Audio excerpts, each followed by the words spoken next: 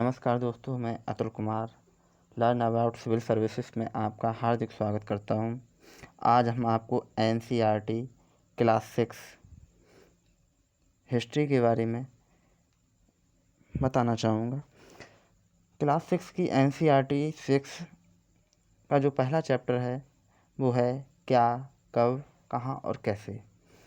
यानी कि सीधा साधा सवाल है कि इतिहास में क्या हुआ था, कब हुआ था, कहाँ हुआ था और कैसे हुआ था। जैसे कि इसमें कहा गया है रसीदा का सवाल। किसका? रसीदा का सवाल। रसीदा का सवाल जो है वो क्या है? रसीदा बैठी अखबार पढ़ रही थी, अचानक उसकी निगाह एक सुर्खी पर पड़ी। उसमें क्या लिखा हुआ था? 100 साल पहले। कब? 100 साल पहले। जैसे कि वह सोचने लगी कि 100 साल पहले यानी कि इतने साल पहले क्या हुआ था, उसके बारे में हम कैसे जानेंगे। चलिए उसके बारे में हम पता लगाते हैं। यह जानने के लिए कि कल क्या हुआ था, तुम रेडियो सुन सकते हो, टेलीविज़न देख सकते हो या फिर अखबार पढ़ सकते हो। साथ ही यह जानने के लिए कि पिछले साल क्या हुआ था, तुम किसी ऐसे व्यक्ति से बात कर सकते हो जिसे उस समय की स्मृति हो।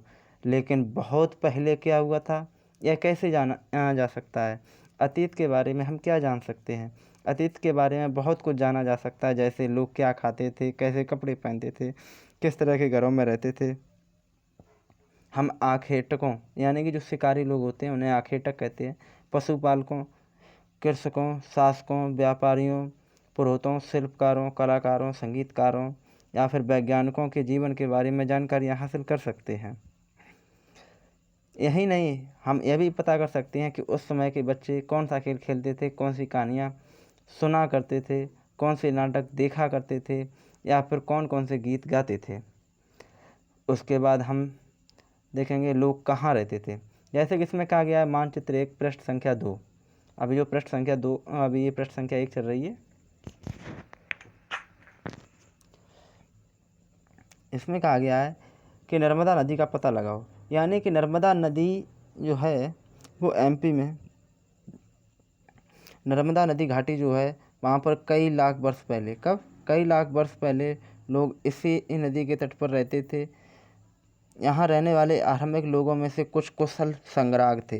कुशल संग्राहक का मतलब ये होता है कि भोजन जो है जो लोग एकत्रित कर लेते थे काफ़ी समय के लिए, जैसे आज के समय में लोग अनाज को एकत्रित करते हैं, बिल्कुल उसी प्रकार। जंगलों की विशाल संपदा से वो परिचित थे।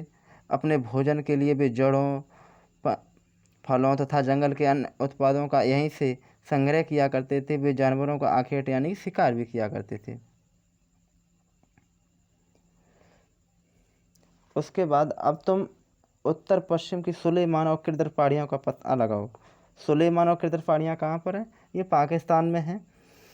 इसी क्षेत्र में कुछ ऐसे स्थान हैं जहाँ लगभग 8,000 वर्ष पूर्व, कितने? 8,000 वर्ष पूर्व स्त्री पुरुषों ने सबसे पहले गेहूँ और जौ जैसी फसलों को उपजाना आरंभ किया। उन्होंने भेड़, बकरी, गाय, बैल जैसे पशुओं को पालतू बनाना शुरू किया।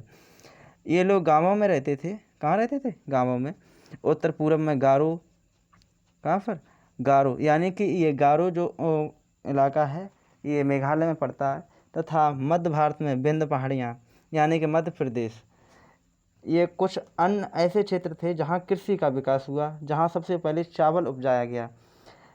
वे स्थान विंध्य के उत्तर में स्थित थे। चलिए मानचित्र में देख लेते हैं।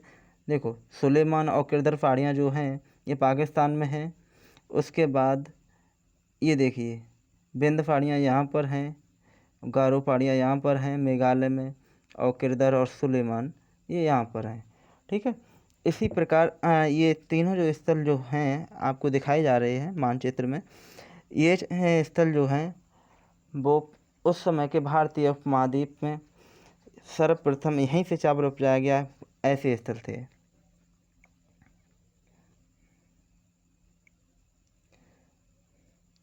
मानचित्र पर सिंधु तथा इसकी सहायक नदियों का पता लगाने का प्रयास करो। चलिए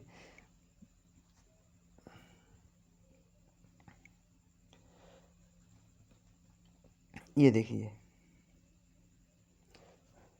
जो सिंधु नदी है